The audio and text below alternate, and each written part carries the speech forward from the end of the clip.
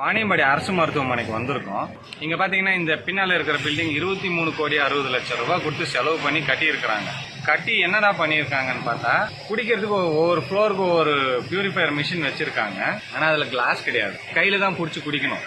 Class வைக்கிறதுக்கு வசதி இல்லை போலக்குது. அந்த 30 கோடியில இந்த கிளாஸ் காசு இன்க்ளூட் ஆகல. அதனால கவர்மெண்ட் அடுத்த முறை திட்டம் போடும்போது ஒரு 4 வாட்டர் தண்ணி குடிக்கிறதுக்கு கிளாஸும் சேர்த்து திட்டம் போட்டா நல்லா இருக்கும். ரெண்டாவது வந்து பாத்தீங்கன்னா டாக்டர்ஸ் பெரிய பிரச்சனையா இருக்கிறாங்க. நிறைய டாக்டர்ஸ் இருக்கிறதா போர்டில் எழுதுறாங்க. ஆனா 7 மணிக்கு மேல வந்து டாக்டர் பார்க்க முடியறது இல்ல. நர்ஸுங்களே வந்து ராத்திரியில டாக்டர்ஸா ப்ரொமோட் ஆயிடுறாங்க. அவங்க அடிஷனலா MBBS முடிச்சாங்களா, என்ன டிகிரி முடிச்சாங்கன்னு தெரியல.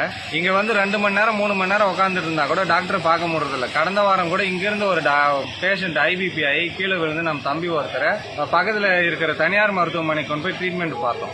ஏன் இது மாதிரி நடக்குதுன்னு எங்களுக்கு புரிய மாட்டேங்குது. நான் எதுவுமே இல்லாம வக்கு இல்லாதவன், வலி இல்லாதவன், பணம் இல்லாதவன், வசதி இல்லாதவன், ஏழை, எதுவுமே வேற வழியே இல்ல, ஆப்ஷனே இல்லாம தான் GHக்கு வரும். அதுக்காக அவங்களை கேவலமா பார்க்க கூடாது இல்ல. வரி பணம் எங்களை மாதிரி ஆட்களோட வரி பணத்துல தானே இந்த பில்டிங் எல்லாம் கட்டுறோம், சம்பளம் எல்லாம் வாங்குறீங்க. வர்றவனு நல்லா கவனிச்சுக்கிறது என்ன பிரச்சனை இருக்க போகுது?